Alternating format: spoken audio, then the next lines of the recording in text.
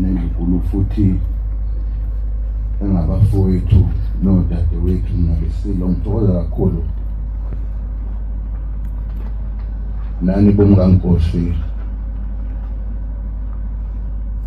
uNdlunkulu wonke omonye, uNdlunkulu walapha eMashobeni noNdlunkulu wakhangela amankengane.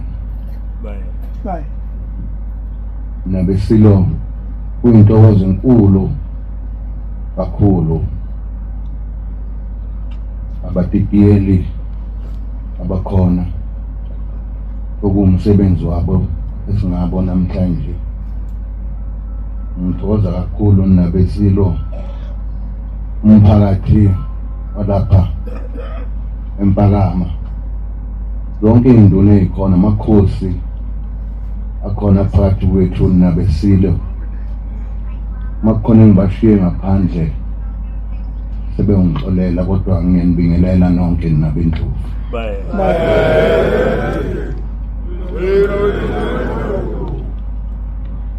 Usuku lwanamhlanje lungelokuqala futhi inqayizivele sihlangene ngalolu hlobo, umsebenzi omhle kangaka ubonakale ngalizulu ukuthi lisibusise, ngoba bengilibona leli zulu ukuthi ngathi lilapha eMashobeni alikho kwezinye indawo. Ukuzinkomba nabesilo ukubusiseka kwalo msebenzi ngokuthi ingubo yesihlalo ihlangane ukuzokhonza nokumela ubuqhawe phakathi kwesilo senu. Mina besilo sengiqhubeka ngithokoza kakhulu ibutho likaPhunga noMageba kusukela ngoba uNdunankulu kade esho nje ukuthi kusukela ngingena esibayeni basuka baya eMabhida, benilokhu nihamba nami kanjalo naseyinkantolo eMgungundlovu, eGoli naseBloemfontein lokhu nikhona, ngoba nikholelwa ukuthi lokho enikhambelayo phambili kuyikho. Ngithokoza kakhulu ubutho likaPhunga noMageba ukuthi ningeseke ngalolu hlobo.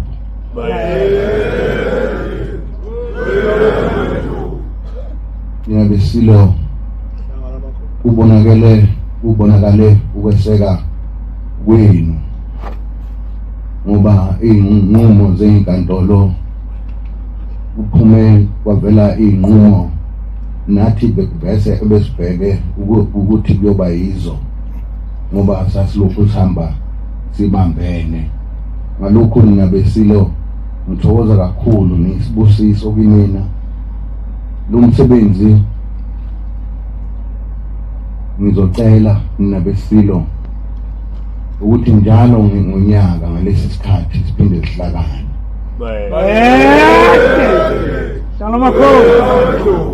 Ngithokoza kakhulu batitiyeli ukuthi sihlangene lapha nakusasa. Ngiyafisa nina besilo ngoba siyophakamisa ukugcotshwa kwenkosi yakwaSokhulu, nakhona bengizofisa ukuthi sibambisane njengoba ke sibambene nje izolo eShamthetho nabesilo.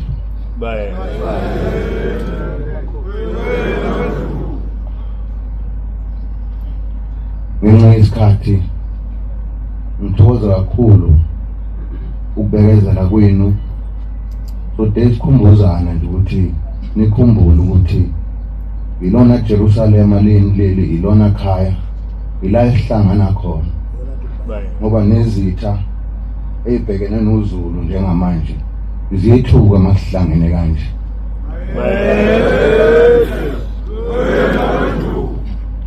Ngalamazwi butho likaPhunga noMageba ngithokoza kakhulu izethulo batidiyeli, ngithokoza kakhulu namakhosi kanjalo ngithi akwande lapha engithathe khona konke benithi nizokhuleka ngakho ngiyazi futhi ngesiqinisekiso ukuthi amakhosi alapha ekhaya nase baba mathamba amhlophe bayayibona izenzo zenu bazobusisa.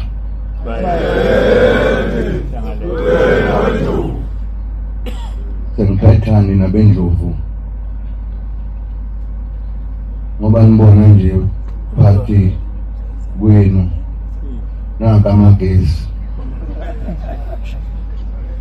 ngifuna nikhululeke mani lapha ekhaya ngoba nisemzimweni lapha. Cha ngithe nami ibutho likaPhumani Mageba ukukhomba injabulo nothando enginalo lwenu ukuthi nami akungagcina nje ngokuthi kwethulwa engonyameni ukuthi akangethule nami nanka amagesi ngiyangethula amfana namabhodlela akhona ke ukuthiwa ugoloko.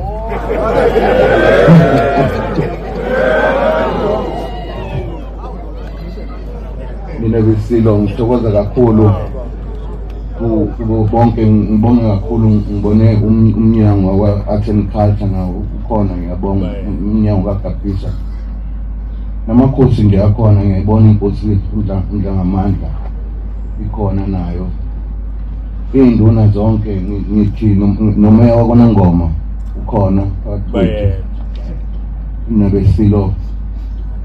Ngithokoza kakhulu Mntungwa, ngiyazi ukuthi ngoba ukhona nje uZululand ngoba kade esho uMaketanga ukuthi nezinye imeya phela ayibonele ukuthi kuyakhonzwa lapha ekhaya.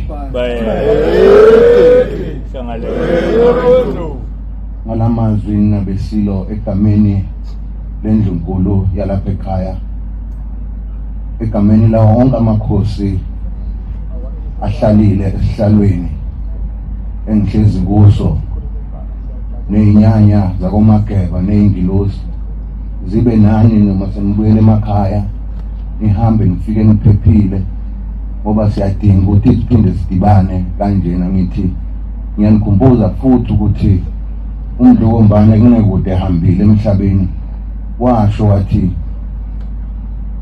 hlangana mhlathowaza naye.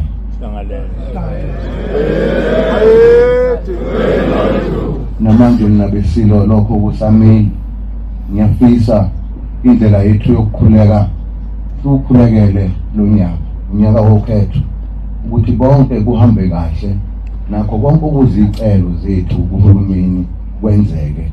Ngiyathokoza naBesilo ngalamazwi, ngithi Inkosi inibusise.